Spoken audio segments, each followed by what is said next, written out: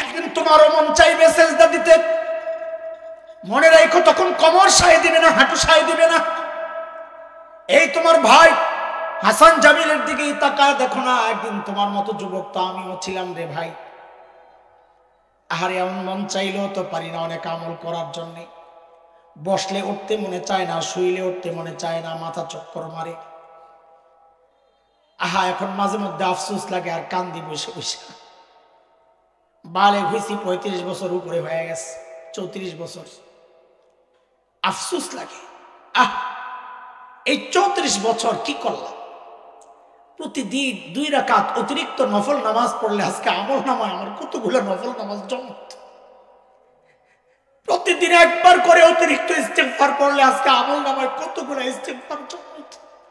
আর কই কই ঘুরে ঘুরে জীবনটা শেষ করলাম, আর কই কই আড্ডা দিয়ে জীবনটা শেষ করলাম। যুবক আফসোস। এখন আয়নায় যখন দেখি দাড়ি পাকা, সাদা পাকা, চুল পাকা, কলিজাটা মোচড় দিয়ে ওঠে, আরে সময় তো শেষ। এরে বাবা, দাড়ি সাদা হওয়ার, চুল সাদা হওয়ার মানে জানেননি। আল্লাহ আমাকে আপনাকে বারবার সতর্ক করেছেন, আমরা সতর্ক হই না। এটা লাস্ট ওয়ার্নিং। আমার সামনে গাছের পাতা পড়েছে, আল্লাহ আমাকে সতর্ক করেছেন, এ হাসান জামিল যেই জিনিস ধরে ওই জিনিস ঝরে, তুই একদিন ঝরে যাবি, আমি সোজা হই নাই। আমার সামনে আল্লাহ সূর্যকে ডুবায়া আমাকে সতর্ক করেছিলেন, এর হাসান জামিল যেই জিনিস ওঠে ওই জিনিস কিন্তু ডুবে, একদিন তুইও ডুবে যাবি, আমি সোজা হই নাই। আমার সামনে আমার বাবার লাশটারে পাঠায়া কবরে আল্লাহ সতর্ক করেছেন, একদিন তুইও তোর সন্তানের সামনে দিয়া কবরে যাবি, আমি তো সোজা হই নাই। একদিন আমার মার লাশটা আমার সামনে দিয়া পাঠাইছেন, আমি দাঁড়ায়া দাঁড়ায় কাঁদতেছিলাম। আমাকে আমার রব সতর্ক করেছেন, রে হাসান জামিল একদিন তোর সন্তানের সামনে দিয়াও তোর লাশটা যাবে, তোর সন্তানগুলো আব্বু আব্বু বলে কান্না করতে থাকবে, তাও দেখে আমি সোজা হই নাই। এইবার শুরু হয়ে গেছে শরীরের মধ্যে ডাইরেক্ট অ্যাকশন। এরে বাবা, এই চুল সাদা হওয়া, দাড়ি সাদা হওয়া মানে আল্লাহ আমাকে জানাইয়া দিচ্ছেন, বান্দারে এত এত কিছু দিয়া সতর্ক করলাম, তুই সোজা হইলি না। এইবার শরীরের একটা অংশের মৃত্যু শুরু হয়ে গেছে, যে কোনো মুহূর্তেই মালাকুল মউত কাপ করে ধরে ফেলবে, যে কোনো মুহূর্তে ধরে ফেলবে। ধরার আগে সোজা হও, নবী বলেন ধরার আগে সোজা হও। হায়াতাকা ক্বাবলা মাউতিক, মরার আগে সোজা হও। যৌবন চলে যাওয়ার আগে আগে সোজা হও। যৌবন চলে গেলে কিন্তু আফসোস করবারে যুবক। আজকে যেই সময় ফেসবুকে লাগাও, ওই সময়টা তিলাওয়াতে লাগায়া দাও। যখন পারবা না তখন আল্লাহ আমলনামায়ে তিলাওয়াতের সওয়াব পৌঁছাইতে থাকবেন। হাদিসের কথা। আজকে সুস্থ অবস্থায় 3 নাম্বার, সুস্থতাকে মূল্য দাও। সুস্থ আছো, ইবাদত করে নাও। অসুস্থ অবস্থায় যদি ওই ইবাদত করতে না পারো, আল্লাহ তাআলা আমলনামায় ওই সুস্থ অবস্থার ইবাদত গুলো উঠাইতেই থাকবেন। সুবহানাল্লাহ। কিন্তু এখন না করলে, অসুস্থ অবস্থায় গেলে আর শরীর সায় দিবে না, মন চাইলেও পারবে না। পুঁজি সমৃদ্ধ যা করার এখনই করে না। আরে রাখলেই তো হয়, রাখলেই তো হয়, জমা হয়ে যাচ্ছে, আর রাখলেই তো জমা হয়ে যাচ্ছে। একটা মুহূর্ত নষ্ট করবো না, আল্লাহর রাস্তায় হাতে পায়ে ধরে বলে যায়। অযথা বসে বসে গল্প করবো না। আমাদের বড়রা বলেন এইভাবে, আরে যেখানে আল্লাহর সাথে কথা বলা সম্ভব, বান্দা তুমি মাখলুকের সাথে কেন কথা বল? একটু নামাজে দাঁড়াইলে তো মালিকের সাথে কথাবার্তা শুরু হয়ে যায়। একটু কোরআনের তেলাওয়াত করলেই তো মালিকের সাথে কথাবার্তা শুরু হয়ে যায়। যেখানে আল্লাহর সাথে বসে বসে কথা বলা সম্ভব, আয় পোড়া কপাল, সেখানে বান্দার সাথে বসে বসে কথা কেন বলছি? আপনি বুঝেন না, বাসর রাতে দিছে, এখন বিবির সাথে কথা বলার সুযোগ, আপনি এখন বসে বসে ফোনে দোস্তের লোকে কথা বলেন, তা আপনার বিবি কি করবো? অসুস্থ মানুষ, এটা অসুস্থ, মানসিক অসুস্থ অথবা শারীরিক অসুস্থ, একটা তো হয়েছে। নাহলে এই রাতে সারা জিন্দগির মানুষের একটা কল্পনা থাকে, কখন কিভাবে কি কথা বলবে, সাজায়া গুছায়া রাখে। সেই প্রথম দিন যাইয়া এখন সে বন্ধুর সাথে ফোনে বসে বসে কথা বলে। তোর মতো বোকা আর পাগল দুনিয়ায় কে আছে বলেন? এই সব পাগলামি চলছে আমাদের মধ্যে। যেখানে আল্লাহর সাথে কথা বলা সম্ভব একটু তিলাওয়াতের মাধ্যমে, যেখানে আল্লাহর সাথে কথা বলা সম্ভব একটু নামাজের মাধ্যমে, সেখানে আমি বান্দার সাথে বসে বসে কথা বলি। তাও কোন বান্দা? যে বান্দা আমার জাহান্নামের রাস্তা দেখায়। আল্লাহ ওয়ালার সাথেও তো না। আরে আল্লাহ ওয়ালার সাথে কথা বললেও তো দিলটা একটু পাল্টাইতো, আল্লাহ ওয়ালাদের সোহবতে গেলেও তো দিলটা পাল্টাইতো। তা না, কই কই কই কই কার কাছে যাই, খুঁজে খুঁজে সমাজের সব নষ্ট মানুষগুলোরে তালাশ করি। আফসোস করা লাগবে এই কথা বলে বলে, আহারে অমুককে যদি বন্ধু না বানাতাম। আল্লাহু আকবার।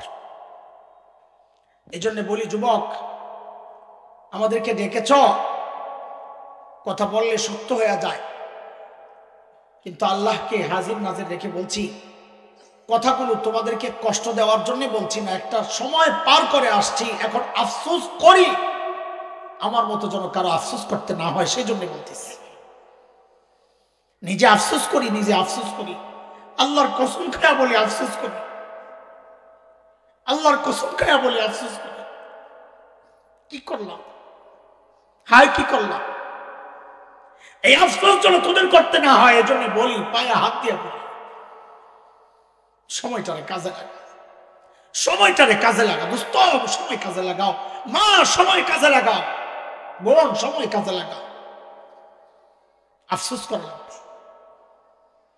সময়ের হিসাব আল্লাহর কাছে দিতে হবে, প্রতিটা মুহূর্তের হিসাব আল্লাহর কাছে দিতে হবে। ওই যে বলছিলাম, আখিরাতের প্রস্তুতির ধরনটা কেমন হবে। আমার প্রতিটা কথা বলার সময় আমি চিন্তা করব, আমার আখিরাতের লাভ আছে না লস আছে। প্রতিটা কাজ করার সময় চিন্তা করব, আমার আখিরাতের লাভ না লস। আখিরাতের লাভ লস চিন্তা করে যে কাজ করবে, সে দুনিয়ায়ও আটকাবে না, সে আখিরাতেও আটকাবে না, ইনশাআল্লাহ, ইনশাআল্লাহ। আমি যে আয়াতটা পড়েছি, সেই আয়াতে আল্লাহর দ্বিতীয় হুকুম, আত্তাকুল্লাহ, আল্লাহকে ভয় করা। এটা এক জরুরি আমল, আল্লাহকে ভয় করা। কারণ মানুষ আল্লাহকে ভয় করলে সে গুনাহ করতে পারে না।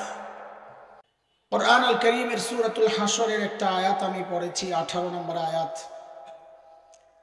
এবং একটা হাদিস পড়েছি। এই দুইটাকে সমন্বয় করে নিজের হিদায়াতের উদ্দেশ্যে কিছু কথা বলতে চাই। যে আয়াতটা পড়েছি, ওই আয়াতে আল্লাহ সুবহানাহু ওয়া তাআলা আমাকে আপনাকে বড় মায়া করে একটা ডাক দিয়েছেন, ইয়া আইয়ুহাল্লাযীনা আমানু। এই ডাকটা মালিকের বড় মায়ার ডাক। কুরআন আল কারীমের মধ্যে আল্লাহ ঈমানদার বান্দাকে দুই ভাবে ডেকেছেন। কোথাও ডেকেছেন ইয়া আইয়ুহান নাস, ইয়া আইয়ুহাল ইনসান, ও মানুষ। কোথাও ডেকেছেন ইয়া আইয়ুহাল্লাযীনা আমানু, ও ঈমানদারেরা। এই দুই ডাকের মধ্যে অনেক পার্থক্য। কি পার্থক্য? হযরত মুফতি শফি রহমতুল্লাহ আলাইহি বলেন, আমরাও আমাদের সন্তানকে ডাকার ক্ষেত্রে ওই পার্থক্যগুলো করি। আমরা কখনো কখনো আমাদের সন্তানকে ডাকি নাম ধরে, কথার কথা বলি, আয় আব্দুল্লাহ। তো সন্তান বুঝে বাবার মুড সুবিধার মনে হচ্ছে না, অজানা একটা আশঙ্কা তার মধ্যে কাজ করে যে বাবা হয়তো রেগে আছেন, ডাকের নমুনা ভালো না। কিন্তু কখনো কখনো বাবা সন্তানকে, বাবা আর সন্তানের যে সম্পর্ক, ওই সম্পর্ক ধরে ডাকে, আব্বু। তো সন্তান বুঝে আমার বাবা আমাকে মায়া করে ডাকছে।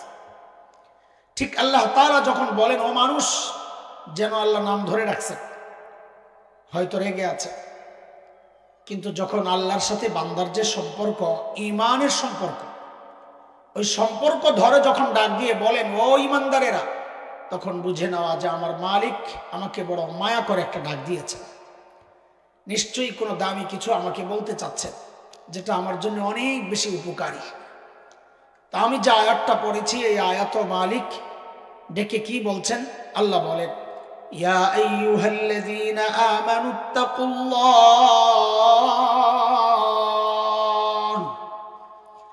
ওয়ালতানজুর নাফসুম মা কদ্দামাত লিগাদিন ওয়াত্তাকুল্লাহ।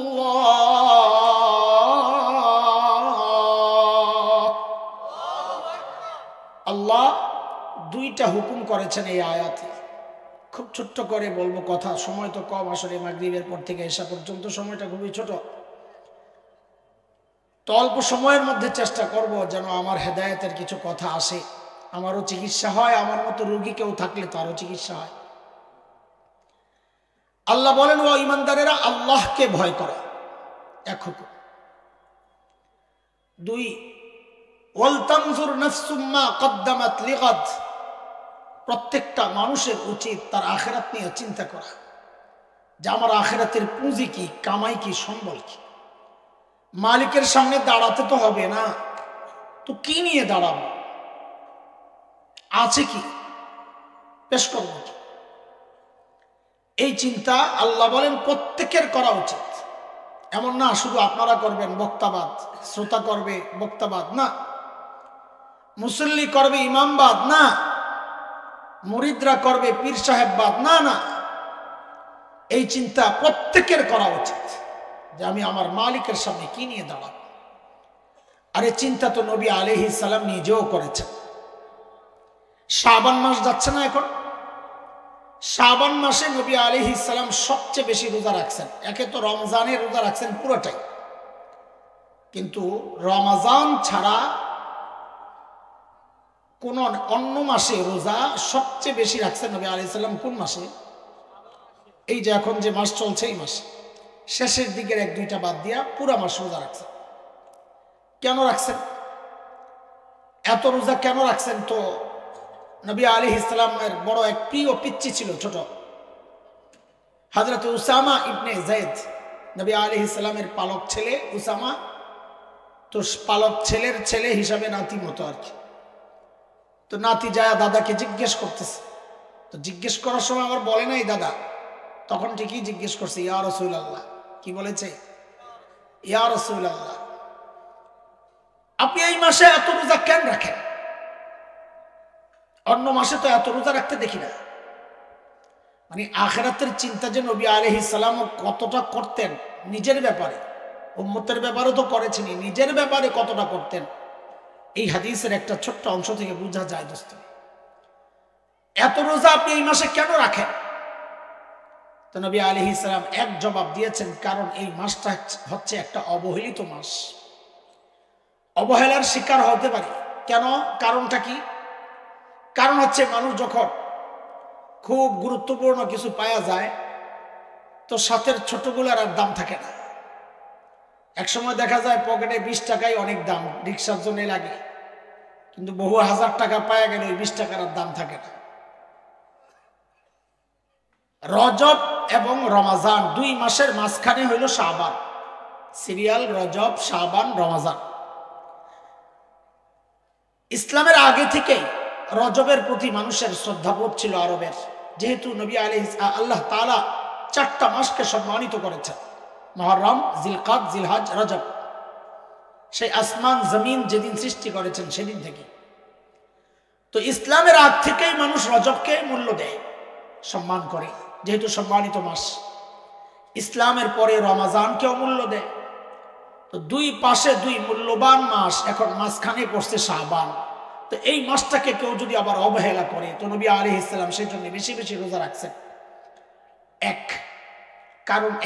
দ্বিতীয় কারণ বলে এই মাসে বান্দার সারা বছরের আমল আল্লাহর কাছে জমা হয়। তা আমি রোজা এই জন্য রাখি যেন আমার আমলটা ওই অবস্থায় জমা হয় যে আমি রোজাদার। কেন? রোজা অবস্থায় আমল জমা হইলে কি লাভ? সূক্ষ্ম বিষয়, মুহাদ্দিসরা ব্যাখ্যায় বলেছেন এটা। রোজা অবস্থায় আমল জমা হইলে কি লাভ? মাঝে মধ্যে আমরা মাদ্রাসার জন্য একটু সহযোগিতা চাই, চাঁদা, মসজিদের জন্য চাই, ভাই কার কি আছে দেন। চেয়ারম্যান সাহেব কত? তো চেয়ারম্যান সাহেব নিয়ে এসে 500 টাকা, সবাই হাসে দিস। চেয়ারম্যান সাহেব মানুষ 500 টাকা দিলে হয়? আরেক ধনকুবের বড় ধনী মানুষ, উনি নিয়ে আইসে 500 টাকা, সবাই না না চলবে না। আরেকজন গরিব, ছেঁড়া ফাটা জামা, দেখতে বোঝা যায় লোকটা চেয়ে চেয়ে খায়, অসহায় মানুষটা। আস্তে আস্তে আইসা 10টা টাকা পেশ করছে, তখন ওই যে 500, 1000 দেখলে যা খুশি লাগে, তার চেয়ে বহু গুণে বেশি খুশি লাগে ওই জীর্ণ শীর্ণ মানুষ, ওই অসহায় মানুষটার 10 টাকা দেখলে। ঠিক কিনা আপনারাই বলেন? তো নবী আলাইহিস সালাম বলেন, আমি এই মাসে বেশি বেশি রোজা এই জন্য রাখি যেন আমার আমল নামা যখন আল্লাহর কাছে পেশ করা হবে তো আল্লাহ দেখবেন কার আমল, ও মুহাম্মদুর রাসূলুল্লাহ মুহাম্মদ ইবনে আব্দুল্লাহর আমল কই কই, ওই যে দেখা যায় কি অবস্থায়, আহারে বেচারা না খায়া আছে, আহারে বেচারা ক্ষুধায় পিপাসায় কষ্ট পাচ্ছে। বলে আমার এই করুণ অবস্থা দেখে আমল নামার কোনো সমস্যা থাকলেও আল্লাহ আমারে দেখে যেন মায়া লাগে, আমার যেন ছেড়ে দেয়। আরে কার কথা শোনাচ্ছি? নবী আলাইহিস সালামের কথা। তা আমাদের আমলের কি অবস্থা? আল্লাহর হাবিব নিজের আমলের ব্যাপারে এতটা চিন্তা করেছেন। আল্লাহ বলেন প্রত্যেকটা মানুষের উচিত আখিরাত নিয়ে চিন্তা করা। আখিরাতের চিন্তার নানান ধরন আছে, কিভাবে চিন্তা করব আমরা এক এক সময় এক একটা বলি।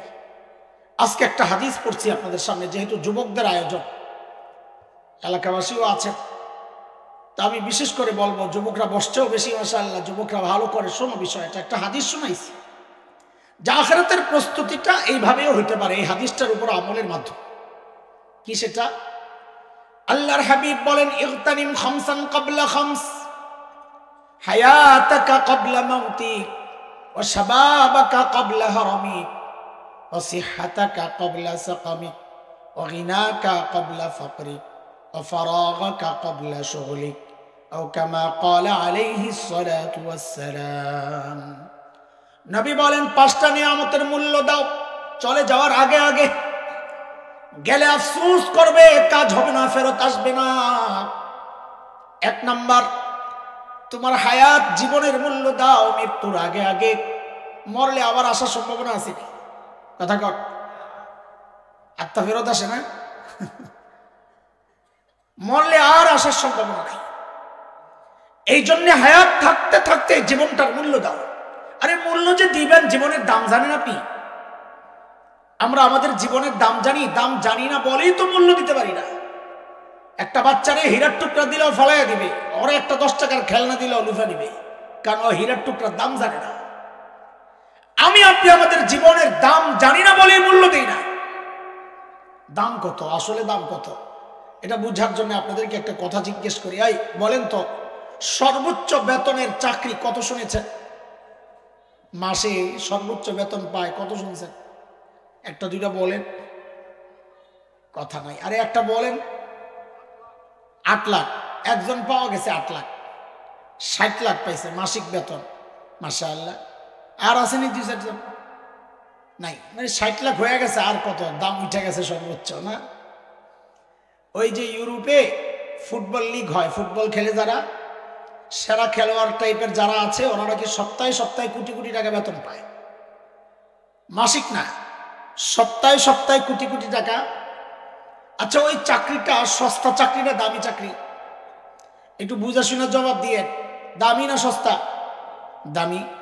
যদি জায়েজ হইতো, ওই চাকরি করা যদি জায়েজ হইতো, আর আপনিও যদি ওই রকম খেলতে পারতেন, আপনার যদি ওই রকম মূল্য হইতো, তো ডাক দিলে যাইতেন কিনা? আচ্ছা আপনার ওটা পরে শোনেন, আমি যাইতাম। এবার সাহস করে এখন যাইতেন কিনা? সমস্যা কি? জায়েজ, এত বড় চাকরি, টাকা আইনা খালি দেশে বিলাইতাম, দিনই কাজ করতাম, সমস্যা কি? ঠিক না? কেন? ধরেন মাসে 5 কোটি টাকা বেতন পায়, ধরেন কথার কথা, এটা রাজি হয়ে গেলেন করার জন্য। অথচ দোস্ত, আপনি আপনার নিজের জীবনের মূল্যটা বুঝলেন না। আপনি যে কত দামি এক চাকরি পাইয়া আছেন, নিজের খবর নাই।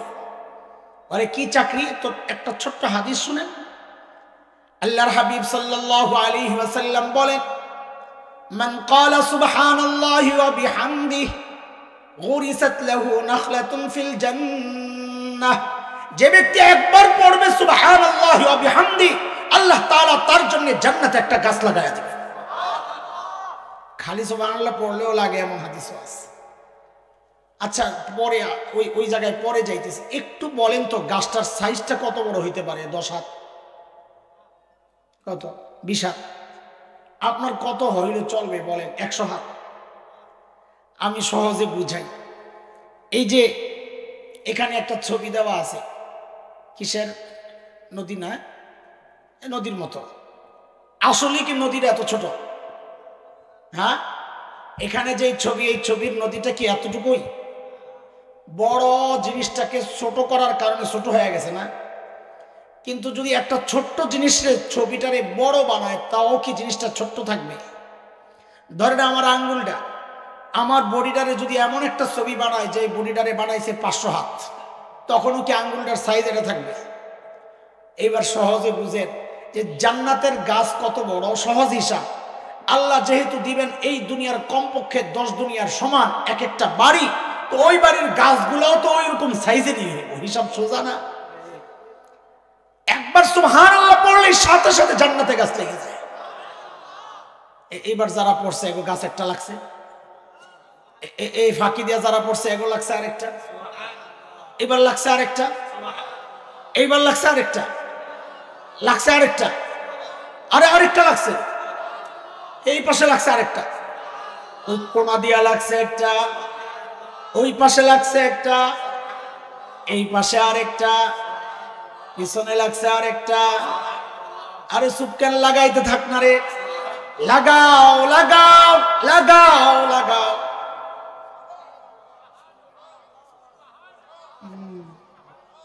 খুব বুঝে গেছেন না? এখন সারাদিন ফেসবুক টিপেন, এখন খুব বুঝে গেছেন। অথচ সারাদিন করি কি? সারাদিন করি কি বলেন? কাজ তো আল্লাহ জবানের কোনো কাজ রাখে নাই।